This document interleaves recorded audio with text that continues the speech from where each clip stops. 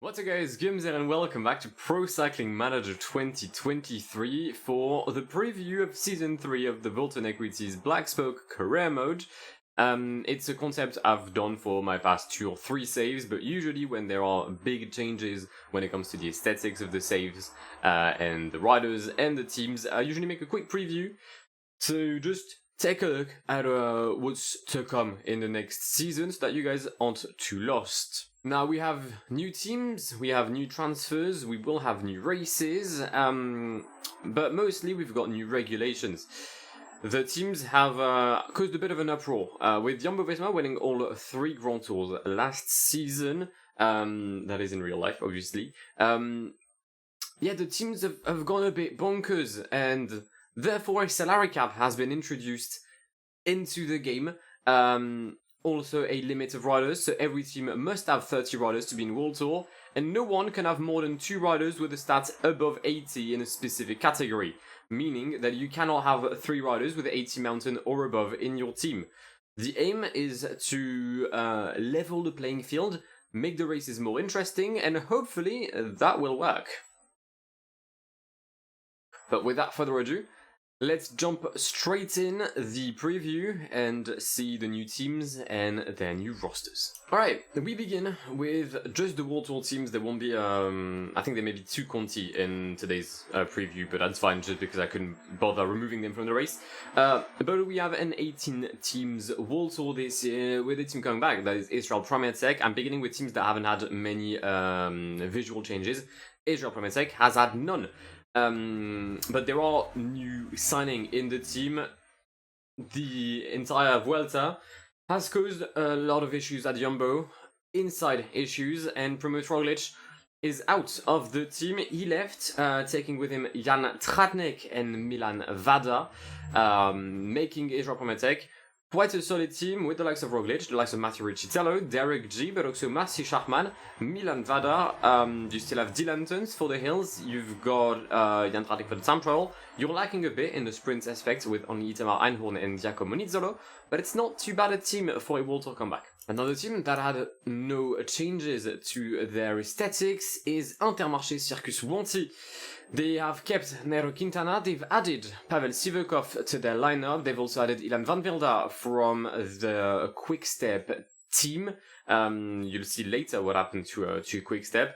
On the sprints, you still have Gerber Tyson and Hugo Page. It's probably one of the weakest teams in World Tour this year. I didn't really know what to do with them, if I'm being honest.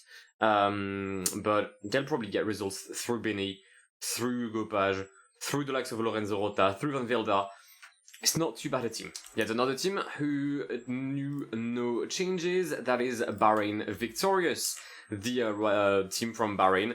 With Mikel Landa at the helm, Jack Haig, Santiago Buitrago to help on the mountain with Will Barta. They've lost quite a lot of riders when it comes to the mountain aspect. The likes of Bilbao are gone. Caruso, I think, has either retired or is now just too old. But sprint-wise, you do have a very strong team. Now, with Groenewegen and Jonathan Milan, 2 riders above 80, you got 2 at 78 in Sam Welsford and Phil Bauhaus, making Bahrain one of the strongest teams in the sprint aspect. I'm just seeing that they also have Penwet, Govechar and Dan Mackley. So yeah, they are genuinely good when it comes to sprints. Possibly the best sprinting team right now on the grid. I think there's only 2 more teams that knew no changes. The first one is Alpecin de Koninck. They've kept Mathieu Van Der Poel, but they've added to their lineup Antonio Tiberi and Arnaud Delis to make it quite a strong team on now every terrain. Antonio Tiberi will lack in the mountain support, but it's a very strong Belgian lineup. You also have the likes of Jensen Plowright and Caden Groves, both of which I thought about signing, but eventually I went for some other prospects. Quinten Amancezer, Gianni Vermeerschezer. Overall, quite a strong team for Mathieu and the boys. Moving on to the teams that had only visual changes. First one of them being UAE. They've gone back for a more national jersey, we'll say. Tadej Pogacar is still here, so is Joao Almeida. They've lost Juan Ayuso due to the new regulations, but they've managed to get Jasper Philipsen to have a very, very, very strong team now. Philipsen, Molano, Ackermann for the sprint. Tadej, Joao, Siano Tobreux, and Luis Menkes for the mountain aspect. it's a very, very strong team. Andrea Piccolo is there, George Bennett is there. I thought about getting George Bennett, but again, went for some other prospects. Mark Hirschi, Groschartner, I think I've already said Groschartner, but it's a very, very strong lineup for the team from the Emirates. Another team who has had visual changes is AG2R Citroën Mondial. Félix Gall, Ben O'Connor are still there. They've kept their mountain core, but to which they've added Rafa Maika and Davide Piganzoli, which I've never heard of. Victor Lafay is there, just like he should be in real life. Aurélien Paré-Pente is still here as well. They've added Christophe Laporte, which is the main signing. He's left the Jumbo-Visma lineup due to, again, regulations. And he has arrived to AG2R, Winnie Lispolit, and also Sam Bennett. I think it's an interesting lineup for AG2R La Mondiale. No, it's not the best, nowhere, but I think it's a team that could genuinely try to get something on every single stage if they have a good day. I guess this is one of the teams that had a change despite not having one. That is Little Trek. We've gone for the full new team now. No more Trek Segafredo. Lineup wise, Matt Pedersen still leads the team. Mathias Schelemoser is there, but they've lost Giulio Ciccone and they've replaced him with Egan Bernal, who's left the Ineos Grenadiers outfit. Pio Bilbao is there, Juan Pedro Lopez is there, Bauke Mollema is there, Brandon McNulty is there for the mountain aspect. The rest of the team, though, you do have the Van Poppel and the Quinn Simmons to try and help Mads Pedersen. But you, I think, have lost quite some firepower with Little Trek. That's just because they have a shit jersey and they deserved to lose. Visual changes too, sorry. For Groupama FDJ, the French team, they've kept Stefan Kung, they've kept David Gaudu, they've kept Arnaud Demar. Probably should have removed him, to be fair, now that I think about it. But huge window from them as they add Julien Lafilippe to their lineup. Tobias Halland-Johannessen, I've just seen that he progressed in hills, making him 3 stats or 3 others above 80. I mean, it's a progression, so it's not my fault. That'll be fixed for next season, I guess. Marc Soler is there, Lenny Martinez is there, Lucas Hamilton is there, Jake Stewart is there. Very, very strong team from Groupama FDJ, lacking on the sprint aspect with just Arnaud and Jake Stewart. But apart from that, a very, very, very strong team from France here, who will once again manage to achieve nothing, as it's been their motto for the past 3 years. Moving on to Germany and Bora Hansgrohe. The German team managed to keep hold of their climbing core with Jai Hindley, Alexander Vlasov, and Sergio Higuita. They did lose Sian Uitebrooks due to the tensions with Vlasov and him on the Vuelta. Dan Martinez has joined the team, so has Romain Grégoire, so has Søren Kragh Andersen, Lorenz De Plus. Strong mountain lineup. Absolutely nowhere to be seen on the sprints. You have Jordi Meus, but it's not great. When it comes to the cobbles, Timo Kielich is your best rider, but it's a very, very strong German team here, and one to watch. Definitely one to watch on the Grand Tours and 1 week races. The mountain lineup they can offer with the regulation is absolutely phenomenal. So yeah, definitely keep an eye out for Bora Hansgrohe. Another team that has a new jersey is EF. EF is going to be an interesting team. They've kept most of their core. As a matter of fact, they're one of the only teams that haven't properly improved through signings. I think their best signing is Rasmus Stiller on the Cobble aspect, who becomes their de facto leader. But yeah, Carapaz, Hugh Carthy, Esteban Chavez, Ben Healy, Paules, Besega. Similarly to AG2R Citroën, not the strongest anywhere, but strong everywhere.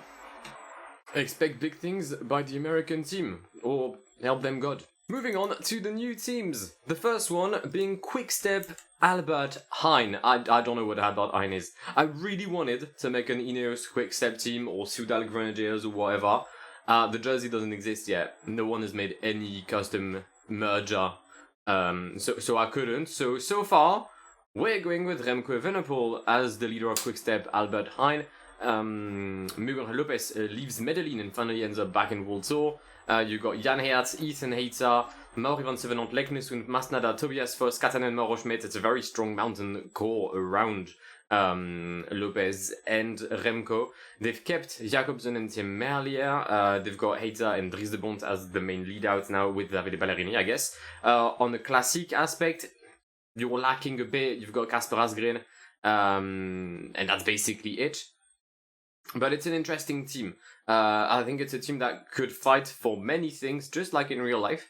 And who knows, maybe if there's a custom jersey of Ineos Quickstep in the future, then that team could be created. I don't know, I'm kind of relying on the creation from the Mandem here. Another new team that joins the paddock is Argos Shimano. We are back in 2012, 2013. Project fucking, what was his name? 1T4i? I don't know, but it released Marcel Kittel and John Degenkolb to the world. And they're back. It's obviously DSM. And a strong window from them. Actually, their best 4 riders, or 5 out of the best 6, were signed during this window. Dylan van Baarle leaving due to the quotas, Jumbo-Visma, and joining them, as well as Adam Yates, Wilco Kelderman back to DSM, Einar Rubio, Lenny Kemna is also here. Nasser Bouhanni has gone for a bit of a boxing challenge, and he's going to spar with Argos Shimano. But yeah, it's a very interesting team. It's a jersey as well that I loved. I haven't shown around any jerseys because I'm just looking at the lineups in the meantime, but this is the jersey of Argos Shimano. It's one of the best jerseys, and it's also my first ever proper, like, career mode where I understood how sprint trains worked. Was on PCM 2012. My first PCM being PCM 2010, so yeah, it took me 3 years to understand how that worked, but it's fine, right? We're not exactly smart over here on this channel. We'll quickly take a look at UNOX, another team that has a new sponsor. It's Rema 1000, just like they were on the Tour de France. They've lost Thomas and Johannesson, but great signings from them. Juan Ayuso to replace the Norwegian, Michael Woods, Florian Vermeersch, Vadim Pronsky, Alvaro Hodge. You've kept your Norwegian core, and you've added some talents from all around Europe. Very, very hyped by this, and also it's basically the Spanish jersey. So for Juan Ayuso, it is pure perfection. New sponsor alert, and it is Caisse d'Epargne back in the sport. Movistar has folded, but Caisse d'Epargne is back on the road. Henrik Mas, Mate Jorgensen, Davide Formolo. Signing wise, they decided to say no to it. It's a weak team. They still don't have sprinters. I mean, no, they got Gaviria and Max Kant. I'm a bit of a bad mouth there. But yeah, it was either no signings, but at least they have a team, or signings and they've got fuck all. They went for the team, and Caisse d'Epargne is back up. You guys wondered probably where they were. Here is Jumbo-Visma. Jumbo pulled out. Saudi Aramco is in the sport right now. Jonas Vingegaard, Thomas Gloag, Wout van Aert, Olaf Koy. It's a team that lost a lot throughout the window due to the new regulations and the salary cap.